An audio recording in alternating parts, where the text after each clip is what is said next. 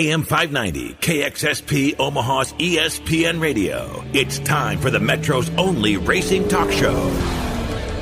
The Front Stretch, presented by Joe's Karting in Council Bluffs. Now, here's Dan Taylor and Buddy Ray. Hi, this is Mike Helton, president of NASCAR, and you're listening to The Front Stretch.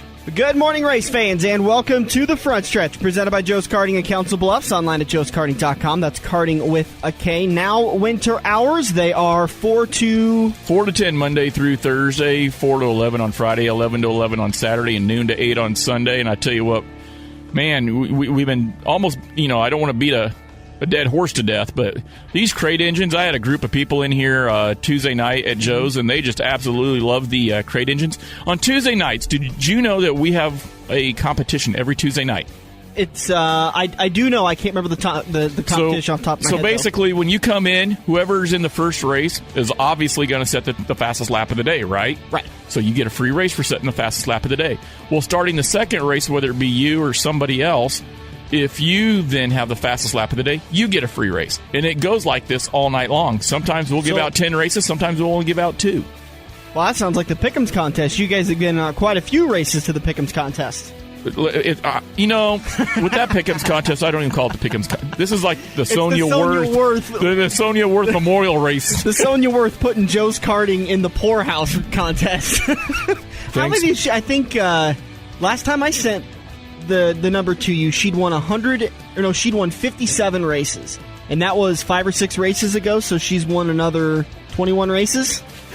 I was thinking about it. Sonia Worth could actually hold her own Racing with the Stars. She could and just give everybody her races and still have races left over. Oh, and she's and by the way, she did win the championship as of Texas weekend. She has a 102-point lead. She drew even with, I shouldn't say drew even. A lot of people took Kevin Harvick last weekend to win at Phoenix. It was an easy pick. It was a smart pick, especially when he finally got the lead and he led for 264 of the 300 and change laps. Just ridiculous results there. But Kevin Harvick getting the win at Phoenix Motor Speedway, or Phoenix International Raceway last weekend. Jeff Gordon coming home second, Matt Kenseth third, Brad Keselowski fourth, Denny Hamlin fifth, Joey Logano, Kurt Busch, Dale Jr., Greg Biffle, Marcus Ambrose all round out the top 10. Yep. For the rest of the chase finishers, Ryan Newman came home 11th and Carl Edwards came home 15th. Isn't it ironic? Gordon finishes second behind Harvick. Newman finishes 11th. Newman advances, but Gordon's out. That's the way it goes. I mean, that cut tire last weekend, you're seeing the reason why Gordon was so mad. I mean, he did everything he needed to do except one more finish or one more position better, and there was no way he could have gotten that position away from Kevin Harvick because he just had that much better of a car. You think these drivers are liking this chase grid, or do you think they're not liking it? I think they like it as much as they like the last formula. It seems to be that there's disadvantages to it and there's advantages to it. The disadvantage for Jeff Gordon was that he had a tire got cut down last weekend, and he was out of it. But I want to back up to last year's chase. Dale Jr. blew a tire coming out of turn 4 at Chicagoland. Very first race of the chase, finished 41st, 42nd, 43rd. His chase was done. I mean, now he could have won the next 9 races and probably won the championship, but his championship was essentially done.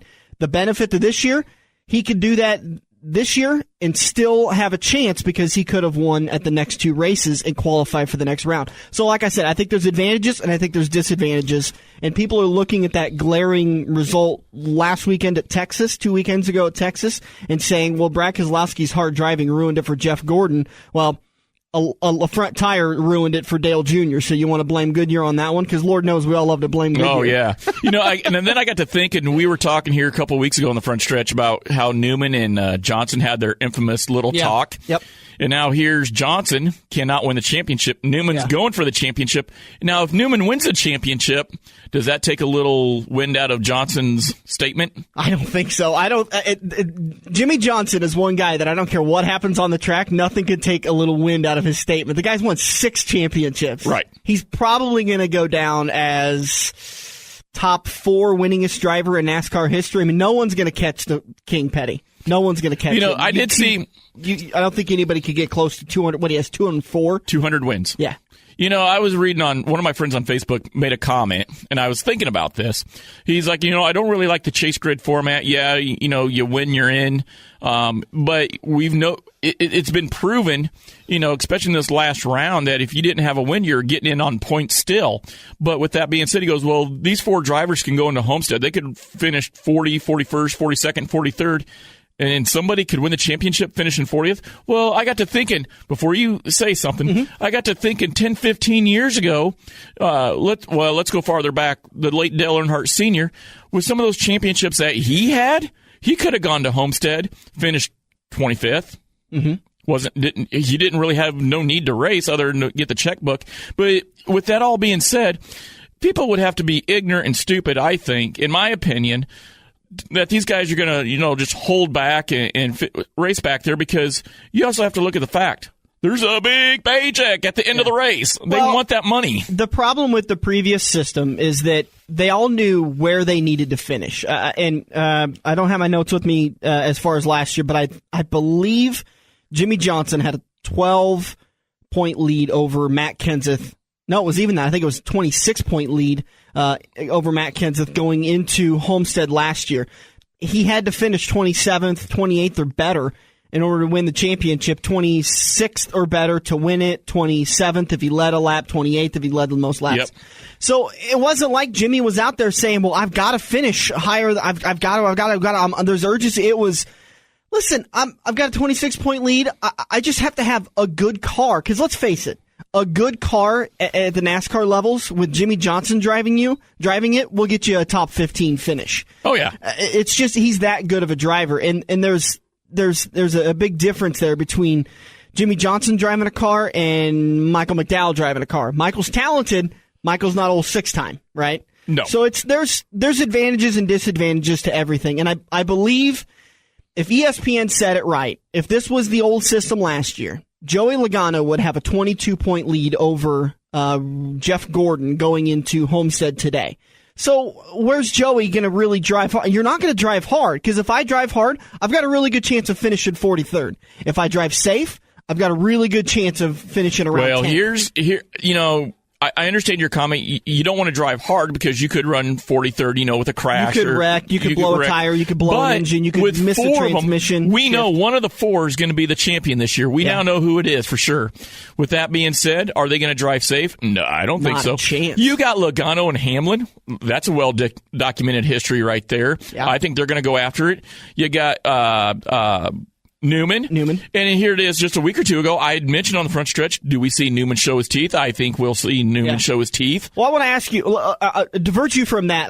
I do want to get to this topic, because it's been pretty heated. We've talked about the Brad Keselowski incident in Texas. Whose fault was it? Was it his fault? Was it good hard driving? I think you agree with me that it was hard. It was hard driving. You see a hole, you got to go for it. Well, if Brad had I see him going for the hole, but I remember this talk, and he got a little overzealous. Okay, what about Ryan Newman? Did he get overzealous? No. How in the world is Ryan Newman's move not comparable to Brad Keselowski's? Brad saw a hole. Jeff left it open. Brad went for it. Ryan Newman drove into that knowing Kyle Larson's out there. 8 tires is better than 4, and he drove Kyle up into the wall. Now, Kyle wasn't in the championship, so it wasn't like he was doing that to another championship contender. So maybe that's it. But listen, I don't fault Brad Keselowski. I don't fault Ryan Newman. I think it's pretty much the same coin. I don't. With Keselowski, I understand that there was a hole there. I understand he wanted to put the car in the hole, but several drivers had mentioned there is no way. He's a talented enough driver. He knew that hole was not wide enough to put that car in. It was wide enough. No, it wasn't. Well, we're going back to last weekend's argument, but it doesn't matter. If I completely back up Brad Keselowski, I'm being paid millions of dollars to win a race. My only shot at Texas was to shoot that gap. Just like his shot at Chicagoland earlier in the chase was to shoot the gap between Kyle Busch, and I can't remember who was on the outside. He shot the gap, and guess what? He won the race. That was his only opportunity. You know who I thought was a class act at Phoenix, believe it or not, was Kyle Larson. Yeah. Because afterwards, Kyle Larson goes, I may not agree with what he did, but at the same time, I understand why he did what he did. why. Right. I understand why he did what he did. Right. And even Kyle was like, if the roles were reversed and I was in that spot, he would have done it. And I was like, that's a class act for such a young driver. Right. And Ryan Newman, he goes, I'm not proud of what I did, but I did what I had to do. No, and that's classy on Ryan's part. Because Ryan picked up that spot, he knocked Jeff Gordon out of the chase. Ryan Newman's in. Jeff's on the outside looking in now. Guys who were eliminated, again, Carl Edwards finished 15th. Just nothing really all day long. But does that really surprise you? Not at all. Not at all. Nope. I kind of wanted him to win because it was his last year with Roush, yep. that kind of Cinderella sentimental story there, but he just hasn't had a car all year long. And I really do think it's not Carl Edwards, it's Roush Fenway. And you can't say it's Ford because Penske owns 11 of the wins, 11 wins this year. Yep. So don't get me, not to mention Richard Petty Motorsports has a win, Carl Edwards has 2 wins, but it's not Ford.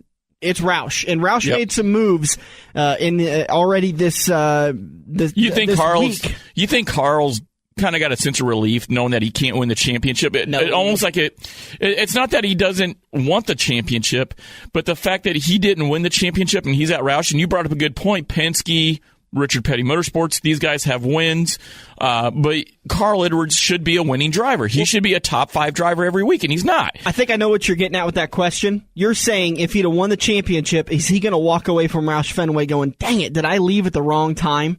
Yes. Is that what you're saying? Kind of. I think possibly. Maybe he is. But the fact that he goes, well, you know what? I can't win the championship. Go figure. Once again. So maybe he's, even though he can't win the championship, maybe he's relieved. Like, okay, let's just turn the page and let's go on to fresher, greener pastures. On to Joe Gibbs Racing, on to that number 19 machine. That's what I was getting at. And hoping that maybe Joe Gibbs Racing can give him a year like Joe Gibbs Racing gave Matt Kenseth last year, 7 wins.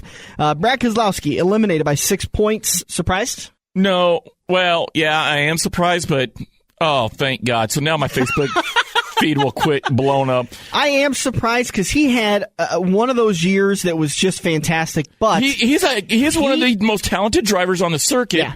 But his attitude, oh my God, Brad, shut up. I'm surprised all the way up until Dover, race number 29 of the season, back at the end of September. He really cooled off after around Kansas Dover, Kansas, Charlotte. All of a sudden, he cooled off. That 2 team just wasn't as white hot, winning races, dominant as they were. And if it hadn't have been for his move at Talladega, and frankly, if it hadn't have been for his buddy Joey Logano pushing him to the win at Talladega, we wouldn't even be talking about him being in the eliminator round. We'd have been talking about him eliminated at Talladega and somebody else moving on. Also eliminated Matt Kenseth. Consistent year, but didn't win. So I don't think any surprise there. And Jeff Gordon, I'm really surprised at that. Yeah, I was. If Jeff Gordon had gone on to Homestead in the championship round, I'd have had a real conflict because I want Kevin Harvick to win because I like Kevin. I love Kevin. I love keeping it within the organization of Stewart-Haas Racing, but I wanted to see Jeff get one more. Oh, yeah. I think a lot of people wanted to see Jeff get one more. Do you think that hurts the viewership of Homestead? No. Have you seen the viewership numbers for Phoenix? They were through the roof. Double-digit increases. Largest Phoenix viewership in the last 6 years. Wow. Not only that, Phoenix ticket sales completely sold out. Infield grandstand premium seats sold out. Homestead, as of Wednesday night when we recorded, premium seats, grandstand seats completely gone.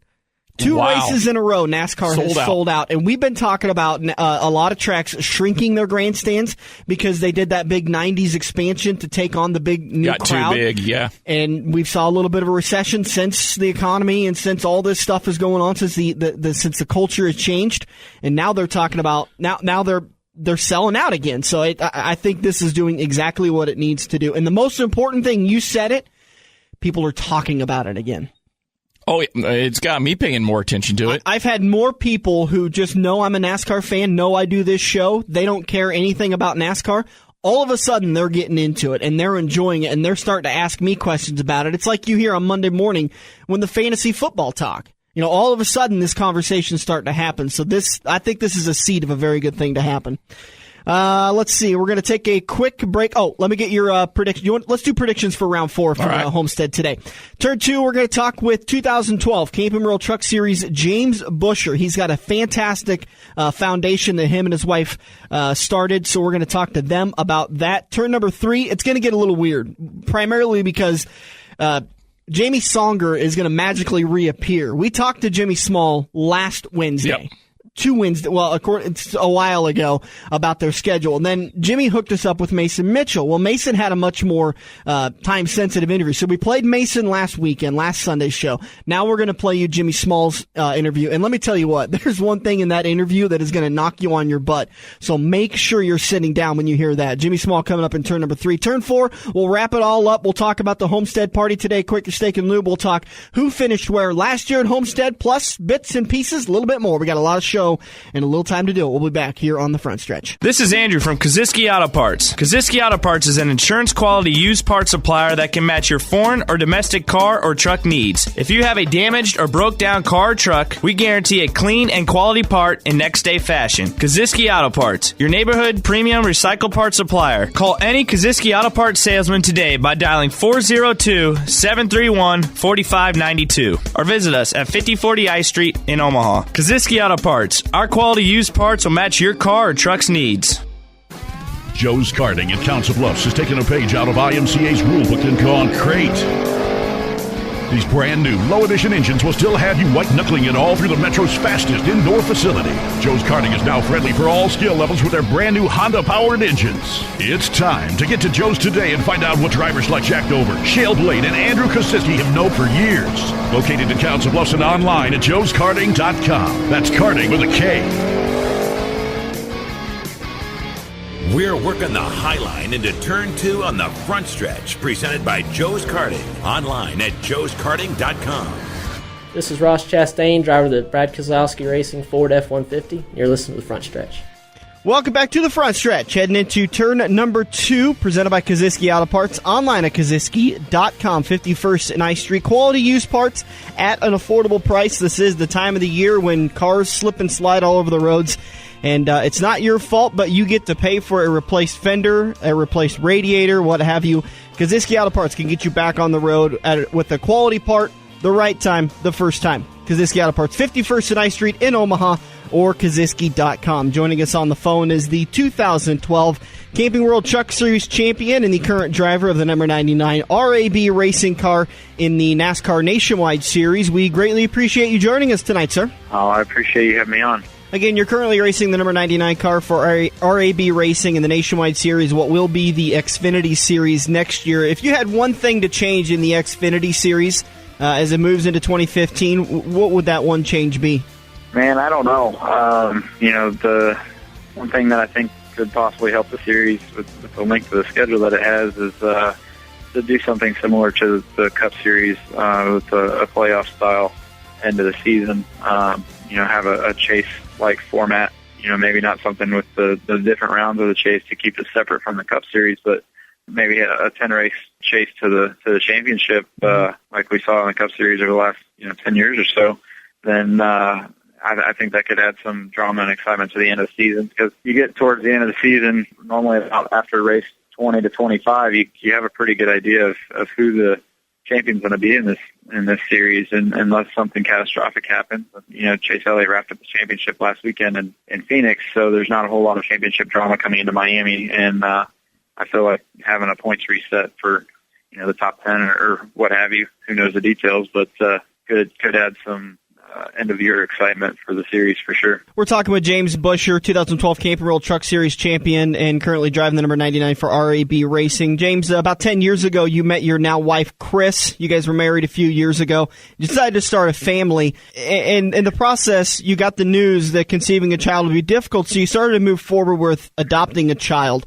How hard is that adoption process? It's a hard process, but it's so rewarding. It was harder than I think we anticipated going into it, but just like anything worth doing, it takes some hard work and some dedication to it. So my son is adopted, and he's been life changing for my wife and I, and now we have a daughter as well. So it's been an awesome couple of years starting our family, and it can be difficult, but wouldn't change it for the world. Is the process harder than it should be, or because there should be a certain level of difficulty so that, frankly, every Tom, Dick, and Harry doesn't get to adopt a child, because it should be something that is saved for very, very good parents. But is it harder than it should be? Is that maybe one of the clogs to getting some of these children that are orphans adopted? Yeah, it probably is harder than it should be. Like you said, there should be a level of difficulty to ensure that everything gets done right. But at the same time, there's some loopholes in the system that, different things can happen during the process that keep the adoption from happening. So, it can be frustrating, and you have to have a lot of patience and just trust in your faith that everything's going to work out. And, you hear from time to time horror stories about adoption, but, you also hear a lot of really good successful adoptions as well. So, fortunately for us, everything went well, and it was a fairly short process for us. Typically, we went into it thinking it was going to take a couple of years, and 2 months after we got approved, we were matched with the birth mother, and then 5 months later, my son was born. So about 7.5 months after we started the process, we were parents, and it was kind of a whirlwind, but you don't typically see it happen that quickly. But for us, that's the cards we were dealt, is a whole lot of excitement. So a couple months later, we were able to get pregnant with my daughter, and now we have a 1-year-old and a almost 5-month-old. So it's been an interesting couple of years for my wife and I, but we're enjoying every minute of it. Does it really cost about $30,000 to adopt a child, just the process? Well, domestic adoption, the average cost for domestic adoption can be anywhere from $30,000 to $50,000 even. And just for agency fees and lawyer fees and social workers and travel, you could have an adoption on the other side of the country and have to go travel over there, and different states have different laws of how long it takes to complete the adoption, and in some states you can't leave the state until the adoption is complete, and that all those expenses just add up, and wow. It can cost a lot of money, and that's why my wife and I have decided to start the foundation that we launched November 1st, called the Buescher Foundation. Our goal is to provide grants to families who want to adopt and need help with the expense part of it. The financial barrier is the number one barrier of why people don't go through with going down the adoption route. And if we can ease that stress and that barrier to as many families as we can, we can help people start their families, but we can also help kids find forever homes and find a place to call home and a family that loves them. So, we're going to do what we can to raise as much money as we can. And every quarter, starting with the first quarter of next year, we'll be providing grants to as many families as we're able to help them with their adoption process. When this came across the feed on my Facebook was where I first saw it, and I thought, well, that's a rather interesting foundation, because a lot of NASCAR drivers, a lot of the NASCAR community are involved in nonprofit organizations, and they start their own as drivers develop their career. This is a rather odd one, quite frankly. I never knew it cost $30,000 to $50,000 to adopt a child, and I never even conceived of someone helping me with the process. And I think that's very awesome of you and your wife to help out like that. Yeah, definitely. And we've had people around us in our lives, friends of ours and stuff, that have been going through the adoption process or have been wanting to go through the adoption process, and the financial barrier was their biggest, most stressful part of it for them. And fortunately for us, that wasn't part of the stress that we went through, and we felt like the process was hard enough without having to worry about the financial stress. And we wanted to be able to help as many people as we can with that. And if you don't have to worry so much about the financial part, you can put more focus onto the rest of the adoption process, and finding a child to call your own, or letting somebody find you to be the parents of their child. So we wanted to help out with it, and this is what we came up with. So I decide I'm ready to adopt, and I want to go through the process. How can I contact the Buescher Foundation, and what are the things I need to have ready to go in order to qualify for your guys' grants? Well, you can go to thebuescherfoundation.org, find some more information there, and there's stories on there of other people that have gone through the process, and there's a page on there that you can make donations to our foundation if you want to help families their adoption process, and there's an application you can fill out and send to us, and every quarter our board members will meet and select who we're going to be able to provide grants to, and there's really it's pretty wide open as far as stipulations on your circumstances. I mean, we'll look at as many different applications as possible and decide as a group who we're going to be able to help, and hopefully we'll be able to help everybody that applies to us. But we have to be realistic at the same time. But to be able to fill out an application to receive a grant from our foundation, you have to be working with either an agency or an adoption facilitator, and be working towards a domestic adoption, and just fill out the application and provide a lookbook. Tell us a little bit about yourself and some details about you, and all that information can be found on the BuescherFoundation.org.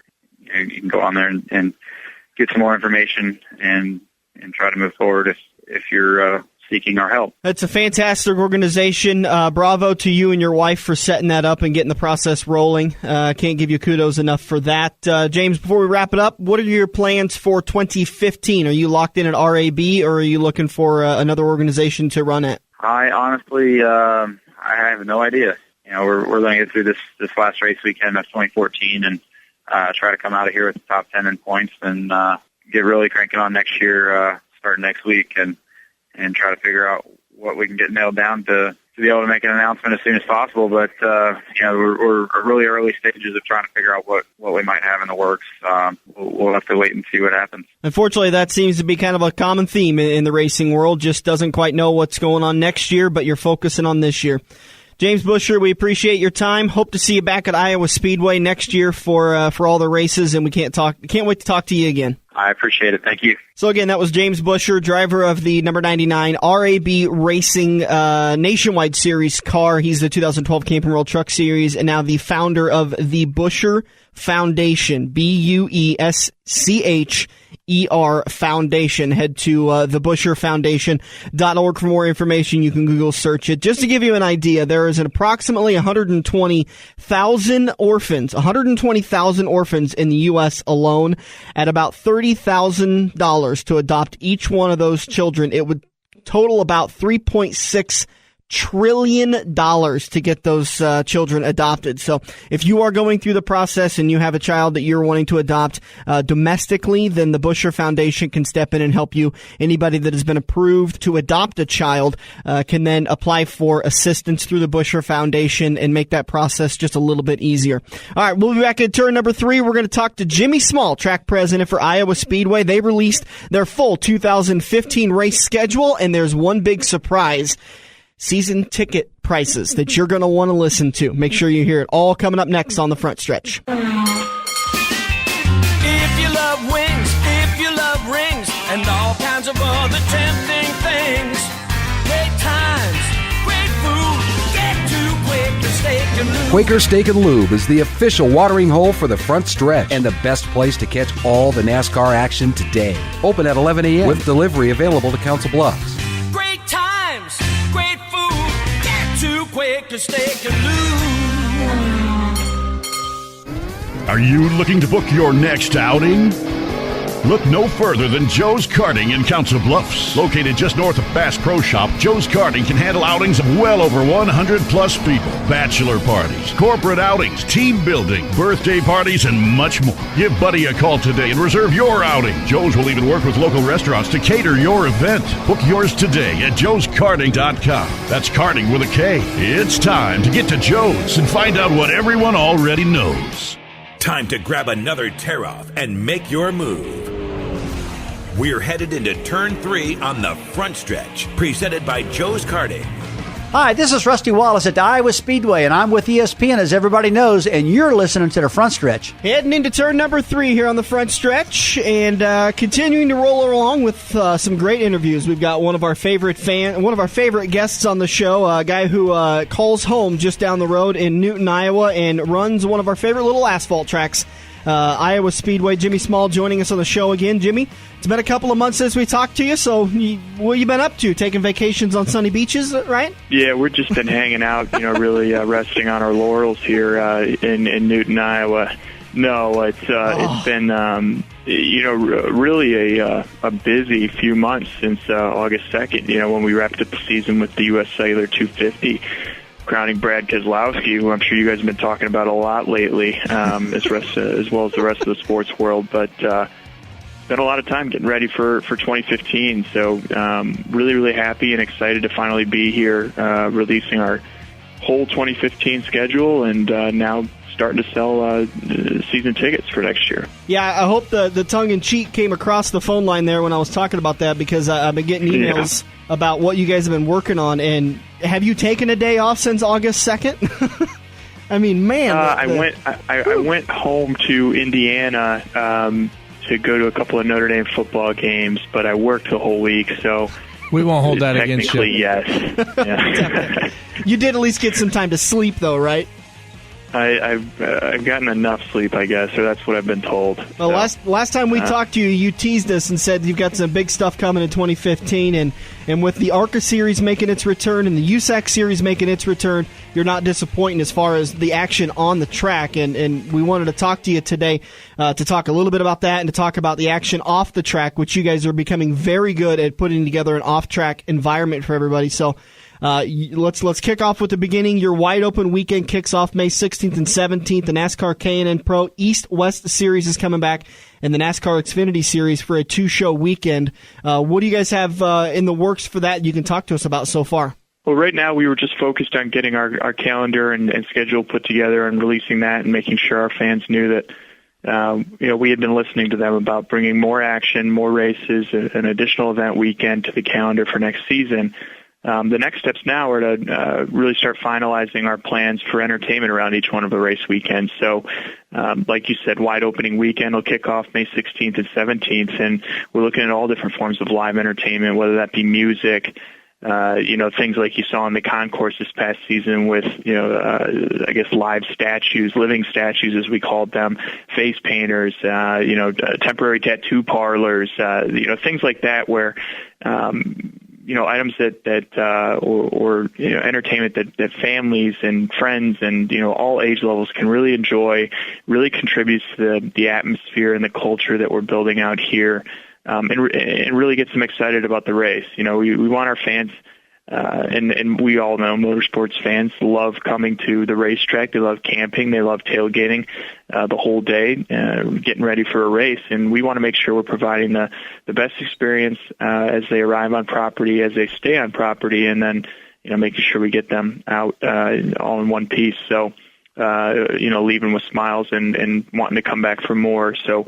Everything else besides the calendar is being focused on right now, and we should have announcements over the next couple of months regarding different forms of entertainment, other features, benefits that we'll be bringing to our ticket holders. One thing that I've heard a lot of drivers talk to us about, and we've interviewed some pretty legendary drivers during the offseason for the Legends of the Dirt series, and a kind of a common theme is championships are won in the garage, not necessarily on race day. And I'm beginning to get the feeling, watching what you guys are doing over there at Iowa Speedway, that a great race season is put together in the off season, and I think you guys are proving that. You're exactly right. We put in a ton of work here in the off season, but again, it's all because we love doing this. We're all sports fans. We know what we would want to see when we were at a racetrack, and so coming out of each event weekend this past summer and after the season was over, we grouped together in departments as well as together as a group, total staff-wise, and took down new ideas, ways we can put things together better. Feedback each one of us individually received from the fans, and that's what we've been working on since. So you're exactly right in that we're working to build better weekends, a better schedule, more fun, more entertainment, so all of our fans can enjoy during the race season. And all of that work goes in right up until May 15th there. And these weekends run smoothly from our standpoint, just because there's so much work that goes in and so much planning and the whole what if process. So we can't say enough about the staff here and how excited we are about next season. Any rumors? If it's true, Piston, the mechanical bull, will be back. Piston will be. We're looking at a number of other things for the Turn 4 bar area there. When it comes to live music. Did you say bar? Now Jamie Songer chimes in. I mean, and I was listening to all the stuff you do in the infield, and to make it more interesting, I mean, I think we could maybe have a back shaving contest, and Cooney could win that.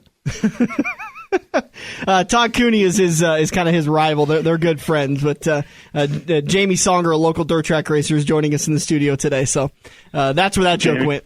This schedule's impressive. I mean, USAC's back. That excites me right there. Looking at the Silver Crown. That's impressive. Yeah, we spent a lot of time listening to our fans over the summer, and a lot of them, brought up the fact that they loved USAC racing when they were here. They loved ARCA racing when they were here. Are they coming back? And we heard that over and over and over again. And in the spirit of being, the racetrack that prides itself in being the most fan friendly and representing the best atmosphere in motorsports.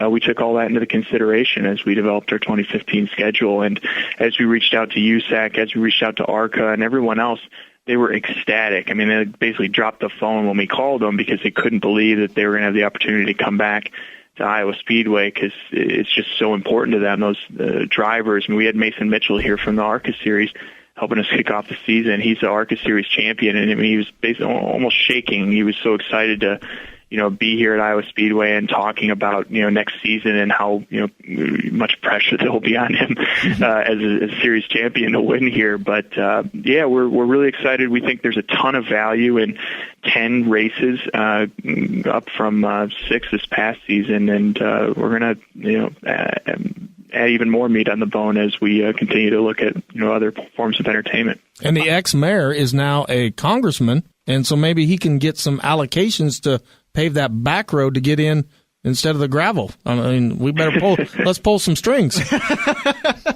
We are working on it. We've been talking about that pavement of Lincoln Road there for since the season ended there in August. So we're doing everything we can to work on improving the facility from the gravel roads that ought to be paved to better seats, better section signs, signage around the facility, wayfinding signs that can help enhance the fan experience. So much appreciated that you point that out. Jimmy Small, track president for Iowa Speedway, iowaspeedway.com for tickets and information. Jimmy, I was on iowaspeedway.com today kind of doing a little research before I jumped on. And listen, I hate to do it, but I think you guys have a typo on your website. I was going to buy some season tickets, and I think you're missing some zeros. Is that right? Yeah, we're it's right. There's no typo there. We're offering 10 races at $115, starting at $115, and we're really proud of that. And we're up from 3 different pricing sections that we've had for basically since the Speedway opened to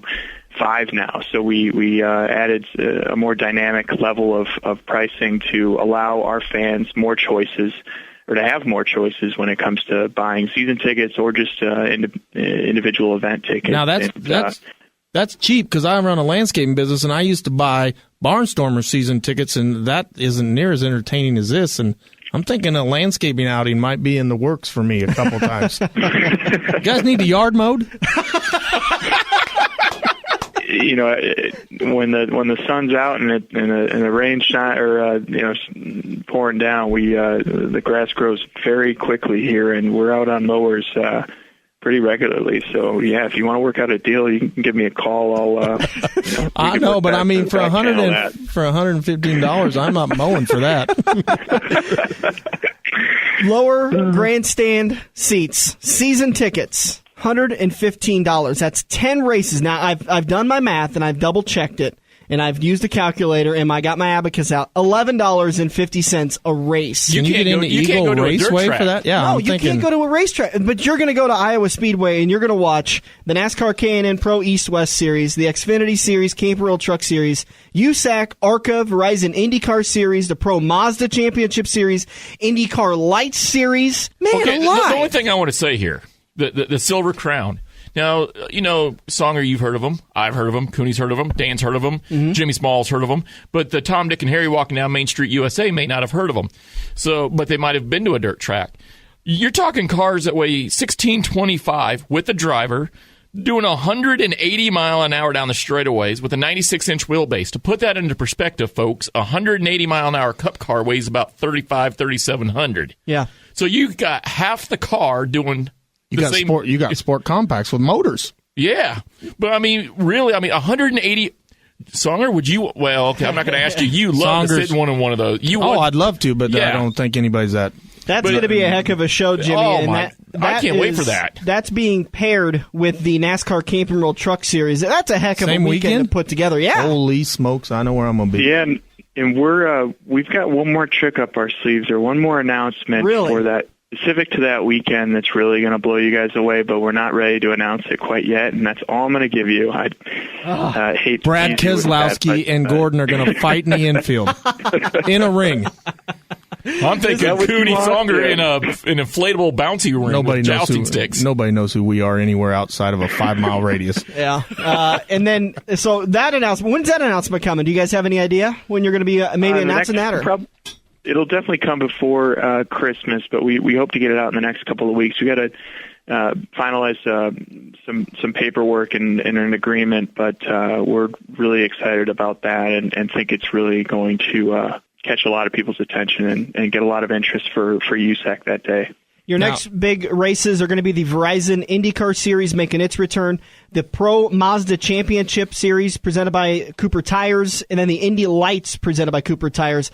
Now, the Pro Mazda and the Indy Lights Series, has a date been announced for that? Yes, so those two will run day of IndyCar, the Iowa Corn 300. So, one thing that really stuck in our heads coming out of this past season was, our fans were saying, hey, we love the night racing with the Indy cars, but because they qualify the night before, there isn't a whole lot of on-track action day of the race, and they love hearing the sounds of the cars going around. And so we got with IndyCar in the off-season, and they were really interested in bringing the Pro Mazda Championship as well as the Indy Lights out too, out here to Iowa Speedway. And so we worked it out to where we could put all three of those events on the racetrack on the same day, building an anticipation for the Iowa Corn 300, all for, one low price. So one ticket to that IndyCar race at Iowa Corn 300 that night will grant you access to our gates and to that seat for all three races that day. That's fantastic. Jimmy Small of Iowa Speedway. It sounds like I'm kissing a little butt here, but I'm trying to, I'm patting you on the back, man. You guys have absolutely done a fantastic job in your rookie season at that track, and it looks like 2015, you're not even done making announcements yet, and I'm buying my season tickets. Oh, and then you watch the races on TV. And all they do is brag up the facility. It's fantastic. You guys do a great job. If anybody hasn't checked it out yet, stop waiting. Stop missing out, because you're going to just miss out on a great opportunity and some great action. iowaspeedway.com. Jimmy, we do appreciate your time. Always love talking to you, and we hope to talk to you again soon. You guys as well. Thanks so much for having me on. 866-RUSTY-GO. Season tickets are available right now. Maybe it was a bit of a bad, tasteful way of getting to it, but dude, minimum is $115 for season tickets. Who said we were tasteful? I thought it was We're never tasteful. Come on. That's true. I don't want a grown guy looking at another grown guy going, well, but I'm listen tasteful. to this. Listen to this. Upper Grandstand tickets, season tickets, Upper Grandstand, $255. You're paying $25 for 10 races, 8 race weekends. You ever been in a suite at a NASCAR race? Oh, my God. No. Oh, boy. NASCAR races, I usually had too many beverages the night before in lap 5. Uh-oh, there's that guy asleep again. Listen, let me just go ahead and break it down, because I don't want to talk bad about it, but so far the Xfinity Series, formerly the Nationwide Series, not the greatest action at Iowa Speedway, but they more than make up for it when it comes to the K&N Series, the ARCA Series. The USAC Series is going to be a tremendous addition. And let me tell you what, I haven't had as much fun at a racetrack when I went and watched the IndyCar Series race there. And I got to watch Ryan Hunter-Reay. He did an interview with us the week before the show promoting the event, and I got to watch him pull through the field, went in and did a risky 4-tire change right with the green-white checker to come, and he picked up 7 spots in 2 laps and won the race. It was absolutely fantastic to watch that race. And it's a lot like Kansas City. There's not a bad seat.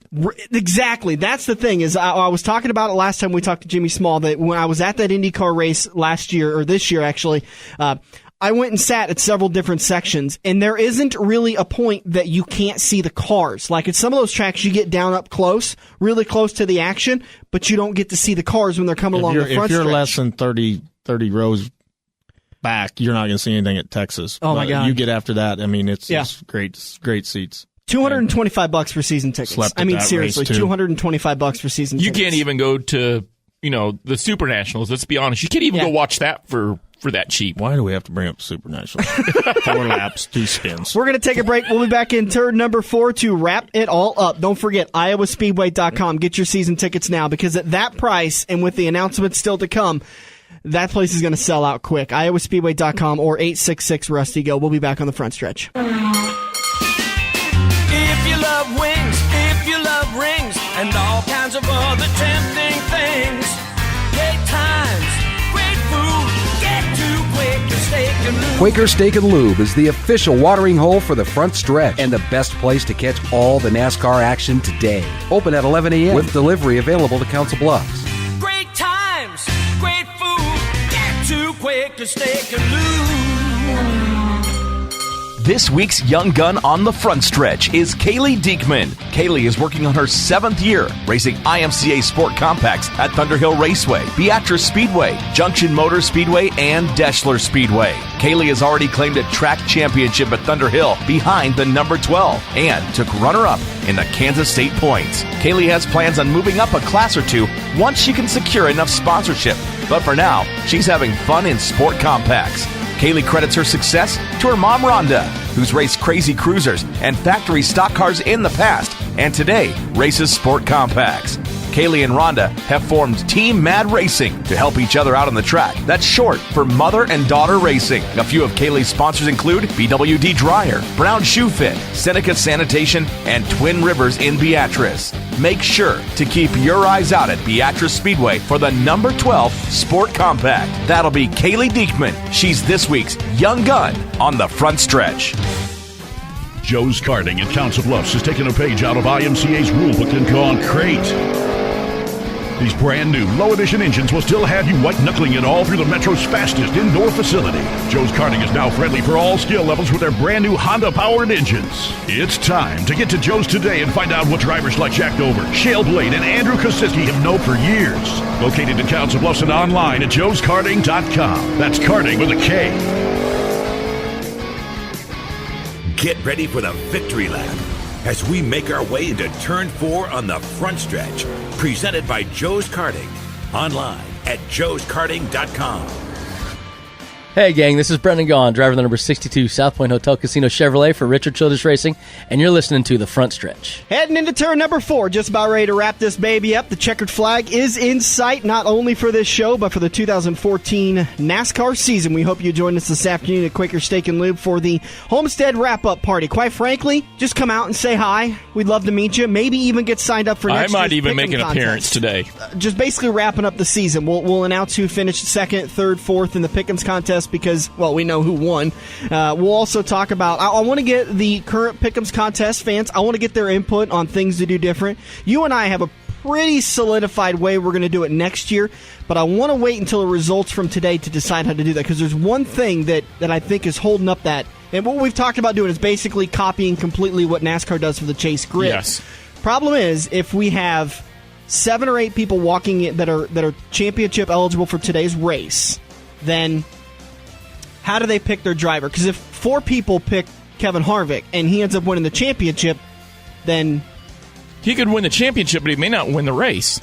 But if 4 people pick Kevin Harvick and he finishes the best, then I've got 4 ties, and I need to come down with tiebreakers. So NASCAR's rule book says it's whoever finishes higher. There's no bonus points that come into factors. There's no nothing. It's whoever finishes highest. So we can't exactly copy NASCAR's rulebook. I just want to wait till the Homestead results come out later today, and then kind of roll with that and then decide what we're going to do. So it's going to be different next year, whether just depending on how different it's going to be. So I hope you can join us today, Quaker Steak and Lube. Let's see, I believe coverage starts at 1 o'clock on ESPN and MRN, and then green flag just after 2 o'clock on MRN and ESPN again, and all the action on the big screens at Quaker Steak and Lube in Council Bluffs. All right, you've got Denny Hamlin, Joey Logano, Kevin Harvick, and Ryan Newman. Now, here's where they finished last year. Denny won the race at Homestead. It's the most insignificant win of the year, as far as I'm concerned, because the cameras are always like, hey, look, there's the winner of the Homestead race, but here's our champion. Yeah, pretty much.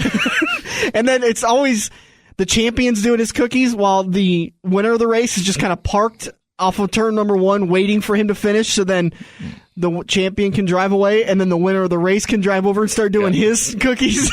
It's always like, at that point, hey, if you're the winner of the race, but not the champion, never a bride. I'm not going to show off. Well, yeah, I'd show off. I don't win races. Would, yeah. So Denny Hamlin won the race. Next finisher, coming home in 8th place, was Joey Logano. Kevin Harvick came home in 10th. Ryan Newman 17th. So, buddy, the big question of the day, who do you think is going to win the championship today? I'm taking Hamlin. Really? Yep. I would have thought Logano, because I think Logano and Newman are the two, or Logano and Harvick are the two strongest right now. Logano and Harvick. I think Harvick is the strongest, I think, out of the group of 4. Logano, he's improved a lot. I don't think he's quite there yet. Newman's got the experience. He's got the maturity to be up there. But here's the deal with Hamlin. I think Hamlin might possibly be the toughest SOB in NASCAR. He's battled injuries. He's battled back from poor finishes. He's won races. And I seriously think with his history of his back issues, him having to miss races, this would mean the world to him, and I think that's going to help propel him. Well, one thing's for sure. We're going to have a first-time champion today. Oh, yeah. None of these guys have won a championship, so I think that equalizes this is special because it's their first for all of them. Kevin wants to win it just as much as Denny wants to win it, as much as Joey wants to win it, and Ryan wants to win it. I think Joey Logano and Denny Hamlin have the most to prove. Kevin's proved a lot. I mean, there is very few storylines where somebody has stepped down in a more stressful situation. Kevin Harvick's took over for the late, great Dale Sr. I mean, talk about big shoes to fill. And frankly, I think he's done a very good job doing that. Yeah.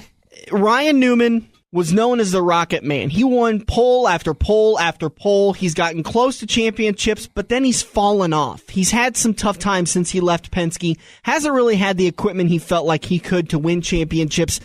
So he never really met. But I think Newman, or I think Logano and Hamlin have the most to prove, because Logano came in with a lot of criticism. Well, not criticism, but a lot of hype. He walked into this series filling in for Tony Stewart, and his nickname was Sliced Bread, for the best thing since sliced bread. Well, yeah, that's what I'm saying. I mean, he came in with a lot of hype and a lot of praise, but then the criticism followed. It just didn't work for him at Joe Gibbs Racing. And you and I both said when Penske picked him up, I think I can say I did. I can't remember if you did or not, but I thought, boy, I didn't like that move at all. I thought there was much better drivers down in the Nationwide Series. Sam Hornish Jr. that could have come up and drove in for Penske. But he went with Joey Logano, and, well, I guess I was wrong. I'm going with Kevin Harvick in the end of it. I think Kevin has had the best cars all year long. The only thing that makes me nervous is that 8 times out of the last 10 times, when Kevin Harvick has led the most laps, he hasn't won the race. And you don't have to win the race today to win the championship, but I think you got to have a winning car in order to win the championship today, because you can't have bad anything. Listen, you can't have a hung lug nut. You can't have a broken tire pressure. I'm thinking of the valve stem. You can't have one of those. You can't have a broken jack. You can't have a guy trip. Nobody can be sick. It's got to be your crew that has been over the wall all year long and doing great for you. You got to have the right strategy. You got to make sure you get all 20 gallons of Sunoco fuel in that car today. The pressure is insane today. There's one thing I do predict for today. You don't see these 4 guys spread out throughout the field. You're going to see all 4 guys running up front, and in the last 5 laps, you're going to see Saturday night dirt track racing come back. I think the best thing NASCAR can have is a green-white checkered finish, with all these guys within striking distance of each other. I still think Kevin Harvick's got the car to win. I think he's got everything going right now. I think Joey Logano is still hot, but he's not as hot as he was during the season and in the beginning of the chase. I think Denny Hamlin has been doing good, but not great enough to win a championship. And unfortunately, I think Ryan Newman wins. That's a Cinderella story. But I also see that being a criticism story, because for the sake, I guess it's just going to be rough to see somebody who hasn't won a race all year long win the championship, because we haven't had that in NASCAR at all. I think it's cool as heck. I've seen it at the dirt track level many times. Yeah. Guys will run consistently top 4. Would you say that, Johnny, the example Gary Sadoff. Yeah. great driver, great guy. He was just consistent. You can win half the season, but you know what? The other half of the season, if you're 10th on back, you ain't going to be a factor. Yeah. But Gary Sadoff went 2 years in a row, back-to-back track championships. Actually, there's 3 years in the Sport Mods at Eagle Raceway. He never won a single race, but yet he was a track champion. But he ran up front. He ran hard, ran up front. All right, we'll be back next weekend. The front stretch rolls on during the off-season. We're excited to launch the Legends of the Dirt series. Do I finally get interviewed this year? You get to interview. Oh. So, no. Well, I can't tell you about that one race win back in 2011. We've heard enough about it. It finds its way on the show about once a month. No, I'm just kidding. The Legends of the Dirt series kicks off next week. Not next weekend. The following weekend is when the Legends of the Dirt series. Next weekend, we're going to do a season wrap up. Actually, I think the Legends does kick off next weekend. I think you're right. I got to check my schedule again, but nonetheless, we've got some great names lined up for you. I believe Charlie Schwartz, as long as everything works out right, Charlie is going to be our first interview of the year. We've got some great interviews lined up for you. Make sure to head over to our Facebook page. Is Mark Noble on our list? I think he is. Tentatively speaking, I think Mark Noble is there. I think he is. I think that's the other name I saw. We'll debut the names next week. Exactly. We hope you join us all off season long as we will interview some great drivers. Then we'll play the Playland Speedway tribute show coming up just before the Super Bowl, and then we're back with the Daytona 500. So it's been a great year. We'll wrap it all up next weekend with the 2014 wrap-up show, and we'll talk more about a whole lot of stuff. Hope you join us next weekend. This is The Front Stretch, presented by Joe's Karting on AM 590, Omaha's ESPN Radio. We have all been there before. Broken car part in your hand and some snot-nosed punk behind the counter has no idea what he is talking about, but he guarantees that this part will fix your car. You pay an arm and a leg for the replacement, get it home, and sure enough, it doesn't fit your car. Now, learn from your mistake and give an experienced salesperson at Kosiski Auto Parts a call today at 402-731-4592. Kosiski Auto Parts will get you back on the road with your arms and legs still attached. Are you looking to book your next outing? Look no further than Joe's Karting in Council Bluffs. Located just north of Bass Pro Shop, Joe's Karting can handle outings of well over 100-plus people. Bachelor parties, corporate outings, team building, birthday parties, and much more. Give Buddy a call today and reserve your outing. Joe's will even work with local restaurants to cater your event. Book yours today at joeskarting.com. That's karting with a K. It's time to get to Joe's and find out what everyone already knows.